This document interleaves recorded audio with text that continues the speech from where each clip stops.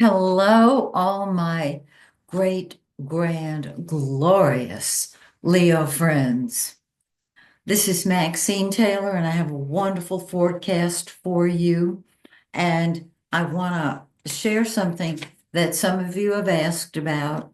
Okay, so bear with me here because I'm so excited about it, I might trip over my words.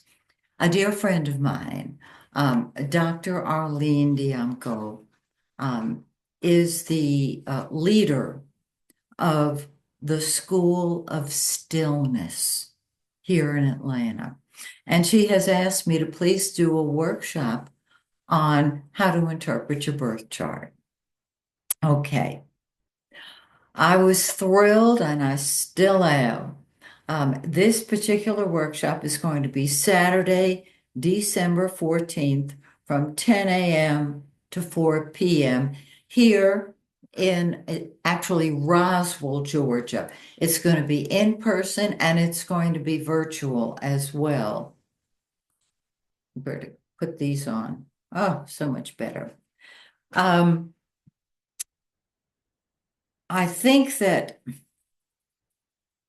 so many people want to understand themselves. Uh, and in fact, I know it because I think every astrologer I've ever met started studying astrology because they wanted to know what they were about. Now, those of you who have had me read your chart to you know that I put uh, the positive first. I'm not a Debbie Downer, and I do not go into, oh, this planet is terrible, it's horrible, blah, blah, blah, blah, blah. I want to tell you what is fabulous about you. And when you leave this wonderful workshop I'm leading, you will love yourself and appreciate yourself so much more than when you walked in. So if you're interested, just go to my website, MaxineTaylor.com. I'll fill you in on all the details and send you over to Arlene to sign up for what I would imagine is going to be a really great workshop because it's going to be about you, every one of you. The group is going to be small, both virtually and in person, so you'll get a lot of my attention. Okay, now, Leo, let's talk about you. Well, it's quite a time, isn't it? Mercury has been retrograde, and it's going to go direct on the 15th of December. Well, that's the same day as the full moon. So we've got these two big events. Um, and they won't start right on that date necessarily. They may start a day or so before and last till a day or so afterwards. Um, Depending on where you live, depending on the situation. Some places will feel it more acutely, others not so much. But it's things are moving up to a turning point, is the way I'm looking at it. Okay. In addition, Mars has been in the shadow of the retrograde.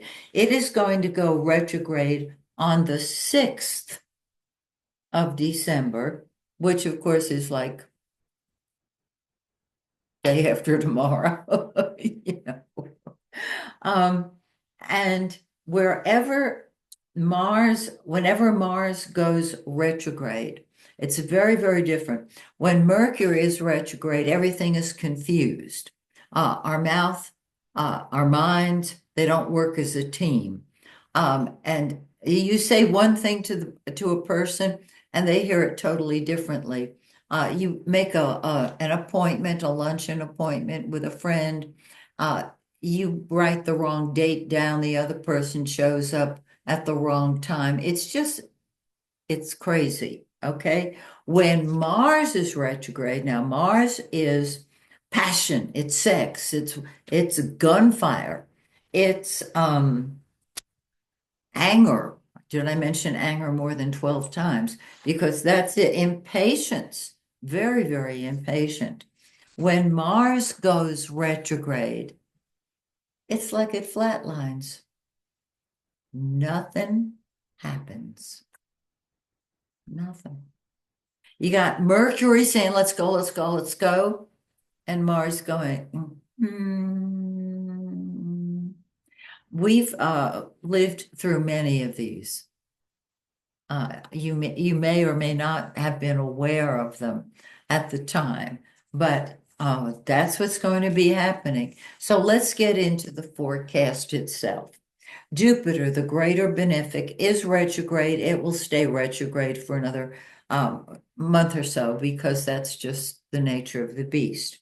Jupiter is in the 11th house, your 11th house of friends, group activities, social action, um, humanitarian events and progress uh, for groups of people.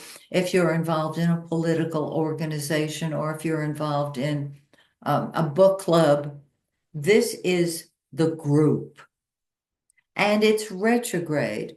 It is the greater benefic and it brings joy and happiness and abundance. Yes, abundance. And that can take the form of money. But when it's retrograde, it's a little slowed down. Don't you worry, it'll pick up.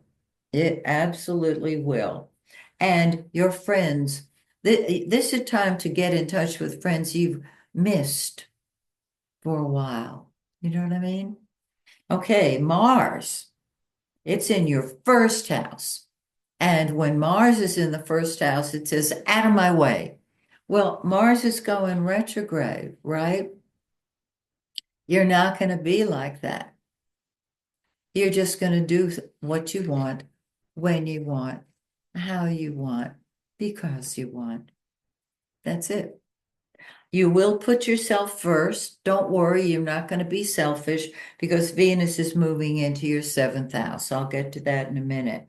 But not to start any new ventures with Mercury retrograde or even Mars retrograde because you can't get going, is what it is with Mars. And when it is in the first house, you're going to do what you want, and there's nothing wrong with that. But if you're looking for a new job, for example, you want it to last. Um, if you're pushing and pushing and pushing, this can create a fever, and you don't need that either. Okay, so Mercury goes direct on the 15th, and this is your fifth house of fun, children, enjoyment. It is your natural house in the zodiac. And so you're talking to your children more. There may be one child who has pulled away and now is able to come back into the fold, so to speak. You're ready to enjoy yourself. The sun, the yellow planet, the giver of life, says, let's have fun. And the center of your life becomes your children. It becomes your social life. Um, and that's awesome. On the 21st, the sun moves into your sixth house. Okay? And that's your work, it's your health, and it's you giving service to other people. And so the sun, the giver of life, creates life at work. If you've already signed a contract for a new job, that's super to show up. And the sun is the center of our solar system, and so of our solar system. And so your job will be the center of your personal solar system, and you will be the leader. Venus is the pink planet. It is lovely. It's love, money, beauty, happiness, and it's in your sixth house of work. So your work and your health will pick up because of the sun and Venus. On the 7th of the month, Venus moves into your seventh house, 7 on 7, and your focus is on being, if you're married, a loving spouse. If you're not married, finding a loving relationship. But your one-on-ones are fabulous. So enjoy. Now, on the 1st, which is today, December 1st, we have uh, a new moon. Everything's been dragging up until this point. It's in your fifth house of fun and games and kids and enjoyment. It's in 9.5 of Sagittarius. This means you're having fun. And with children, maybe it's art, maybe it's music, maybe fun, fun, fun. Go for it. The full moon on the 15th is in 24 of Gemini. And so what it's doing is amplifying this beautiful Jupiter in the 11th house of friends, hopes, and wishes, humanitarian projects, uh, just even being with your friends. This is wonderful. 2 weeks later, we've got another new moon on the 30th, and it's in 9.5 of Capricorn. It's in your sixth house of work, and it will move things forward. Now, Mars is not going to move forward till about April. So I just want you to know that. It won't stop it, but it slows down progress. It won't end progress, but it slows it down. That's okay, because after Mars goes direct, we're moving forward.